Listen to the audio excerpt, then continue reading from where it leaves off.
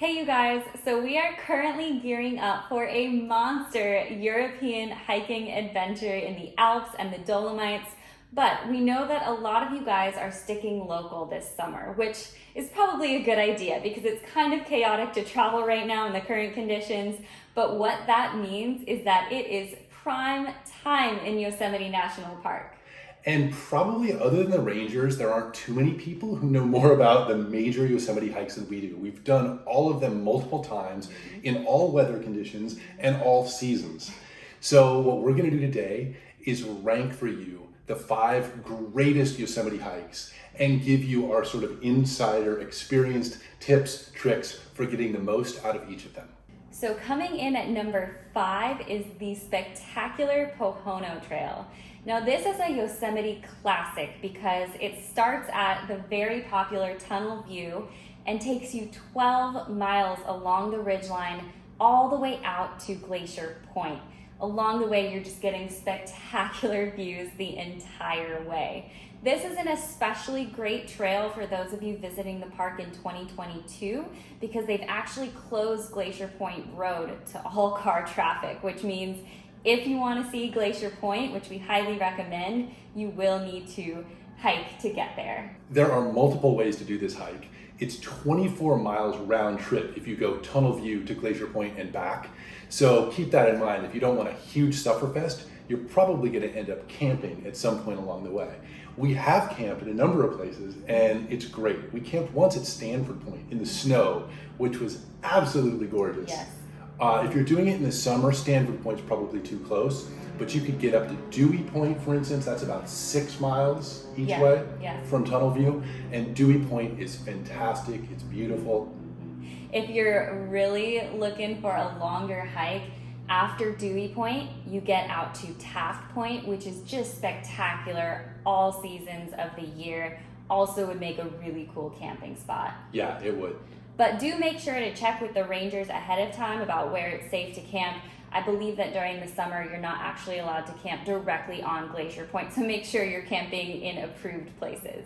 So we are huge fans of Pohono Trail. The only potential downside, and this is more of an Elise issue than an Adam issue, but is there's a lot of wooded area. So you don't have spectacular views the whole way. You're going through several miles of woods and then you'll come to a point and the views across to Yosemite Falls are just insane. Yeah. But then you'll have another couple miles of woods. So if you don't like the woods, this might not be the trail for you. Yeah. But if you do like the woods, oh, you aren't gonna beat it. It's wonderful. All right, so coming in at number 4 is the Yosemite Falls Trail all the way out to Yosemite Point. Now this is another trail that is just awesome year-round. The trail starts out near Curry Village and takes you what feels like just straight up for 3.5 miles. There's tons and tons of stairs. You climb over 3,500 feet in that first couple miles, but about a quarter of the way up, you'll get your first amazing views of the base of Yosemite Falls, which if you guys go in early spring, you actually get to see the snow from the falls just cracking and breaking off. It's really special. It is so cool. Yeah. It will be one of the most amazing things you'll ever see in Yosemite. And you hear it. It's just like thunder when a big chunk of ice breaks off and falls. It's a very neat experience. But it's really awesome year-round too. We've been in the summer and it's still gorgeous. True. So after that, you keep climbing up where you'll finally get to the top of the falls. There are some incredible lookout spots. This is a great place to have a snack. Maybe go for a swim, although if you do swim, we recommend swimming upstream rather than close to the end of the falls. And realize it's also quite slippery. One of the greatest slip and falls we've ever had occurred just above Yosemite Falls. Be careful. And don't stop there, guys. Continue on up to Yosemite Falls Point because the views from there are even better. And it's only about another half a mile, maybe another few hundred feet of climbing. So worth it. Just incredible views out across the valley, all the way over to Half Dome, all the way up to Clouds Rest. And we're partial to ridge running. There's some great ridges up there to run, but if you're want to be a little bit safer, you can walk them. Yeah, it's just beautiful. Highly recommend going all the way to the point. Yeah.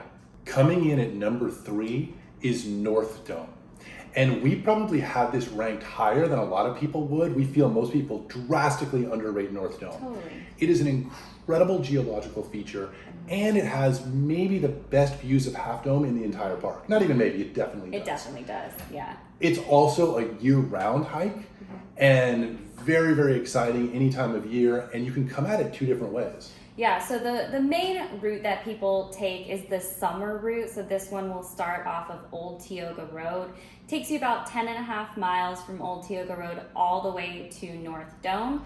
We highly, highly recommend adding in the little side chute to Indian Arch, which is also just awesome. You start getting your first glimpses of Half Dome from Indian Arch. But from there, you just continue on. Gorgeous views of Half Dome the entire rest of the way, all the way out to the end of the dome. Yes, and then for those of you who want to be a little bit more hardcore, you can start with the Yosemite Falls hike. Oh my God. And then you get up to Yosemite Falls Point, and then you can continue it out all the way to North Dome. Yeah. That is a spectacular hike. Oh my gosh. If you go in winter, it will be rough. We definitely tried that one time. We were just post-holing, I think it's like 4 straight miles of deep snow in winter, but during summer could be just an awesome, perfect hike with very little crowds. Yes, and in winter, by the way, we were the only ones on it. We had the entire place to ourselves. We were the only ones on North Dome. Actually, let's link to that one because you guys should actually see that hike. That was pretty spectacular and just about killed us.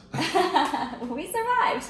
Anyway, North Dome, a deserved number 3. So coming in at number 2 is Clouds Rest. And you guys, we think that Clouds Rest is actually the most unique trail in the whole park, and that's really because of the ridgeline ascent at the end. It's just epic. So epic. I love the ridgeline ascent. Those of you with vertigo might want to think twice about it because there are some pretty intense drop-offs on either side, but wow, it is a very special last 3/4 of a mile. It totally is. The first part of the trail starts out in just a beautiful wooded area. So the standard route takes you from Tenaya Lake. It goes about 7 miles one way, 3,000 feet of climbing to the summit of Clouds Rest. But once you get through that wooded area, you are just getting epic drop off, amazing, crazy views on all sides, all the way out to the summit of Clouds Rest, where you actually get just insane views of Half Dome itself. Really, really great views from the top of Clouds Rest. And it's very fun out and back from Tenaya Lake because by the time you get back, if you do it in summer, you are hot and you are sweaty, and nothing feels better than jumping in Tenaya Lake for a swim. Who doesn't love ending a hike with a dunk in an icy cold lake? So good. There's also another way up Clouds Rest, but we're going to save that for the end. Yes, bonus. Okay, and coming in at number 1, this will come as no surprise, but it's Half Dome. Now you guys, there is a really good reason why Half Dome is one of the most famous hikes in the United States, if not the entire world. It goes past spectacular waterfalls along the Mist Trail. And then it gets up to Subdome, which has incredible views all the way up towards Clouds Rest. And then, of course, you have to scale the iconic face of Half Dome, and it really is something special. It's about 15 miles and 5,200 feet of climbing, and it can be easier or harder depending on the time of year. If you go, let's say, in early spring, the falls are roaring, they're spectacular, but just be careful because the Mist Trail is very, very steep, and those stairs get slick. You're gonna get drenched too. You'll get drenched as well. That's true. So just be aware of that. If you go in winter, you can still go up to Half Dome, but you can't actually take the Mist Trail. You have to go around because that is just too dangerous and icy in the winter, so they close it off. But no matter what time of year you go, the trail is just absolutely gorgeous. The falls always look incredible, no matter if they're small or roaring. We always love them.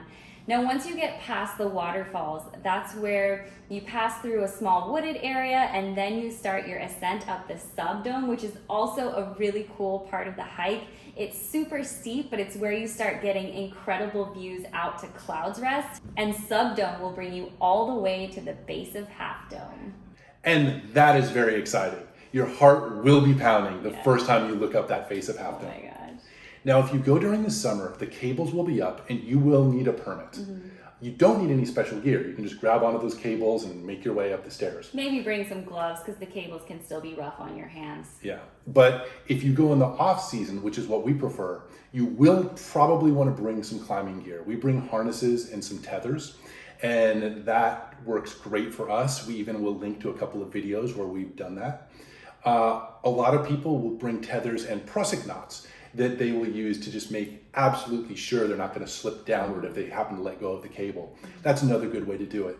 But we love going in the off season because it's not crowded, and we've even been blessed enough to have the top of Half Dome all to ourselves for a period of almost an hour once. The summit of Half Dome is just incredible. You get views all the way to Clouds Rest, all the way into the valley below. You guys have probably seen Adam going crazy with some epic snack spots up there, doing some ridge walking. It's just amazing. It really is. There's just no better hike than Half Dome, except for our bonus hike, which is Half Dome and Clouds Rest in a single day. That is special. So you do the regular Half Dome climb, which again is already 14 miles, 5,200 feet of climbing. It's a lot. And then from Half Dome, as you come back off of Half Dome, you can take a left instead of a right back down to the parking lot. And there's a trail that takes you all the way up to the top of Clouds Rest. Oh my gosh. And it is beastly. It's about a full marathon in distance by the end. And it's, 8,000 feet of climbing total? Yeah, it's a lot. Oh, it's hard.